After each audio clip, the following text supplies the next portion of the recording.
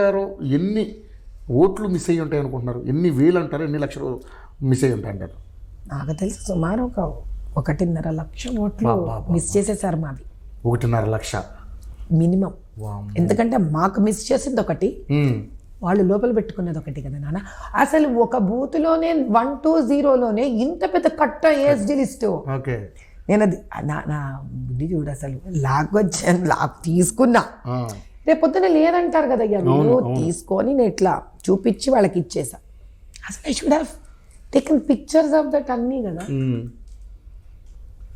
ఎందుకంటే వీళ్ళది ఏముంది నాన్న, వీళ్ళది గవర్నమెంట్, వీళ్ళు ఏం అబద్ధాలన్నా చెప్పేస్తారు. వీళ్ళు పోలీసులు కూడా వాళ్ళకి సపోర్ట్ చేస్తున్నారు కంప్లీట్. వీళ్ళు ఏమని అసలు ఇది జరిగింది కదా, 16 ఏళ్ల అమ్మాయి నీకు యాకత్పురా కాన్స్టిట్యువెన్సీ సంతోష్ నగర్లో గోల్డెన్ జూబ్లీ స్కూల్లో పట్టుబడింది.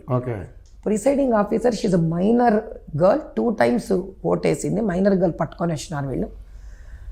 బుర్కా వేలు చేసి సెకండ్ టైం చూసి పట్టేసుకున్నామే. ఎంఐఎం ఏజెంట్ పరారైపోయినాడు అక్కడి నుంచి.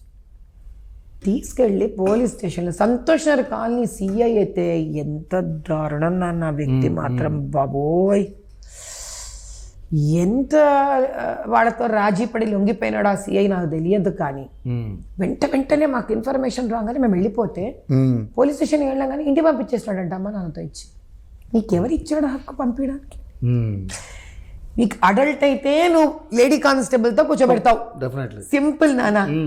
Logic, if she's an adult నీకు పంపించే అవసరం లేదు కదా. నీకు ఆ పోలీస్ స్టేషన్లో లేడీ కానిస్టేబుల్ ఉంది, నా ముందే నిలబడి ఉండింది అమ్మాయి. నువ్వు లేడీ కానిస్టేబుల్ ఉన్నా నువ్వు పంపించేసావంటే ఆమె మైనరే కదా. ఇంతకన్నా లాజిక్ ఎవరికి అక్కర్లే కదా. అంతే సింపుల్, అర్థమవుతుంది. ట్యాంపర్ చేసేసి ప్రిసైడింగ్ ఆఫీసర్ కంప్లైంట్ లెటర్ని మైనర్ అనే పదం తీసేశారు.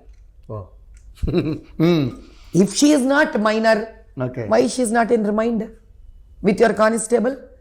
మేము వెంటనే వచ్చేసాం కదా అక్కడ. మాతో అన్నాడు, అమ్మ మైనర్ గా ఎట్లుంచుకుంటామని పుసక్కని అన్నాడు ఆయన. మళ్ళీ కంప్లైంట్లో ఏమో వాళ్ళ అమ్మ నాన్నకి ఇచ్చి పంపించేసామన్నాడు. కంప్లైంట్లో ఏమో ట్యాంపర్ చేసేసారు దాన్ని. ఎఫ్ఐఆర్ ఎప్పుడు బుక్ చేశారని అడుగు. ఏమే మరి ఎఫ్ఐఆర్ బుక్ చేసి కాపీ ఇవ్వండి మాకు as for right to information కింద అంటే, ఇదో ఇస్తాం అదో ఇస్తాం అని నెక్స్ట్ డే మధ్యాహ్నం 2 o'clockకి మైనర్ అనే వర్డ్ తీసేసి ఇచ్చాం. పోని నువ్వు మైనర్ పెట్టలే, ఏది మరి నిందితురాలు? ఎట్లా వదిలిపెట్టినావు నువ్వు నిందితురాల్ని? నాకేమో ఎఫ్ఐఆర్ బుక్కులు చేస్తారా 10 నిమిషాల్లో? ఇట్లా ఇట్లా ఇట్లా ఎలక్షన్ టైంలో మీకు ఇంత తీరిగ్గా ఉంది, ఇంత టైం ఉంది నా మీద చేయడానికి. దొంగ ఓట్లు వేసిన వాళ్ళు, అది దొంగ ఓట్లు వేసిన వాళ్ళనేమో మీరు ఇళ్ళకు కూడా పంపించేస్తారు, ఎఫ్ఐఆర్ నెక్స్ట్ డే బుక్ చేస్తారా? ఇదా ఇదా ఇదా ఇదా డెమోక్రసీ అంటే? ఇట్లాంటి చోట్ల ప్రజలు ఏమీ సురక్షితంగా బతుకుతున్నారే? Where is safety and security for a common man చెప్పండి నాకు. అప్పుడు ఎలా ఎవరన్నా ఎవరితో కుంభక్కైపోవచ్చు? మనం ఎవరి నమ్మకం మీద బతుకుతున్నాం నాకు అర్థం కావట్లేదు. సో అయితే మీ లెక్క ప్రకారం అక్కడ ముస్లిమ్స్ కూడా చాలా ఇబ్బంది పడుతున్నారని? చాలా మంది నాన్న, అసలు హిందూ ముస్లిం అనే వ్యత్యాసం లేదు. వీళ్ళతో ఎవరెవరు దందాలు చేస్తే ఆ దందాలు చేస్తున్నంత కాలమే వాళ్ళకి పని నడుస్తుంది. నువ్వు దందా చేయకపోతే కథం. అంత పాప ముస్లిమ్సా హిందూసా అని సంబంధం లేదు. హిందూస్ బయటికి చెప్పుకుంటారు, వాళ్ళు చెప్పుకోలేకపోతున్నారు. ముస్లిమ్స్ అది కూడా చెప్పుకోలేరు నీకు. ఓకే, కానీ మాధులత గారు, ఇది టఫెస్ట్ కాన్స్టిట్యున్సీ అని తెలిసి మీరు వెళ్ళడం ఒక రకమైతే, మాధవీలత గారు అయితే ఆర్థికంగా ఉన్నవాళ్ళు, ఒక ఓవైసీ లాంటి వ్యక్తిని ఢీ కొట్టాలంటే మాధవీలత గారు అయితే కరెక్ట్ అని, అంటే వాళ్ళ ఉద్దేశం ఏంటంటే కొండకి ఇంటికి వేద్దాం, వస్తే ఇంటికి పోద్ది, లేదంటే కొండ వచ్చేద్ది అనే ఉద్దేశంతో మిమ్మల్ని ఏమైనా అక్కడ నియమించడం జరిగిందా? లేకపోతే మీకున్న స్థానబలం వల్ల అక్కడ మిమ్మల్ని నియమించడం జరిగిందా? కారణాలు ఏంటంటారు? చూడండి, చాలామంది దీని విషయం మీద బాగా మిమ్మల్ని ట్రోల్ చేస్తున్నారు. ఇప్పుడు నేను ఒక మాట చెప్తానప్ప, నాకు అంత వంకరగా ఆలోచించి ఉండేదాన్ని అయితే ఫస్ట్ ఈ కాన్స్టిట్యున్సీ ఎంత సెలెక్ట్ చేసుకున్నాను. నేను ఏదైనా ముక్కుసూటిగా సింపుల్గా చూసే వ్యక్తిని, ముక్కుసూటిగా సింపుల్గా ఆలోచించే వ్యక్తిని. నేను అక్కడ పుట్టి పెరిగాను 25 ఏళ్ళు.